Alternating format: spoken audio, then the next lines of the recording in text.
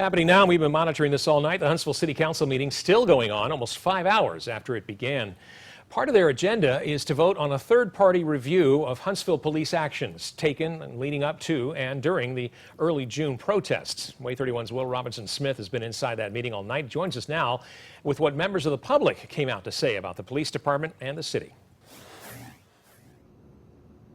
Well, Dan and Naja, it's been a very busy evening here at Huntsville City Hall. And in fact, as you mentioned right now, the City Council meeting is still going on. In fact, as we speak right now, they are discussing the resolutions that would allow the Huntsville Police Citizens Advisory Council to conduct a review of the protest that happened earlier this month. 40 people, in fact, came out and signed up to speak at tonight's City Council meeting. A lot on their minds. The protests, including as well as the Confederate monument that sits right now outside the Madison County Courthouse. Now, the resolutions that I mentioned, they're considering two from Councilwoman Frances Akridge and one from Councilman Bill Kling. Now, both proposals call for the Huntsville Police Citizens Advisory Council to conduct a thorough and independent investigation. Now, several people who spoke tonight both criticized last week's report on the June 3rd protest by Huntsville, the report on the June 3rd protest by Huntsville Police Chief Mark McMurray. And some speakers even went out as far as to say they not only want a reevaluation of the police department,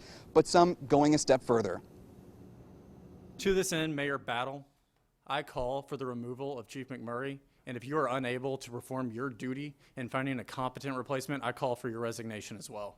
We are concerned the chief's perception appears to be driven by biases, false assumptions, groupthink, and fear, which led to unnecessary escalation. Now, part of tonight's City Council meeting was also to reappoint 2 members of the Citizens Advisory Council, as well as appoint a new member to the 10-person board. And within the last 10 or so minutes, those resolutions to reappoint and appoint the new member were approved by the Huntsville City Council here tonight. Now, as we mentioned, we're still very much monitoring this meeting, waiting to see whether they take up Councilman Frances Akridge's resolution or Councilman Kling's resolution. And of course, we'll continue to monitor this and let you know what they decide, both on air and online at WAAYTV.com. Reporting live at City Hall, Will Robinson Smith, WAAY 31 News.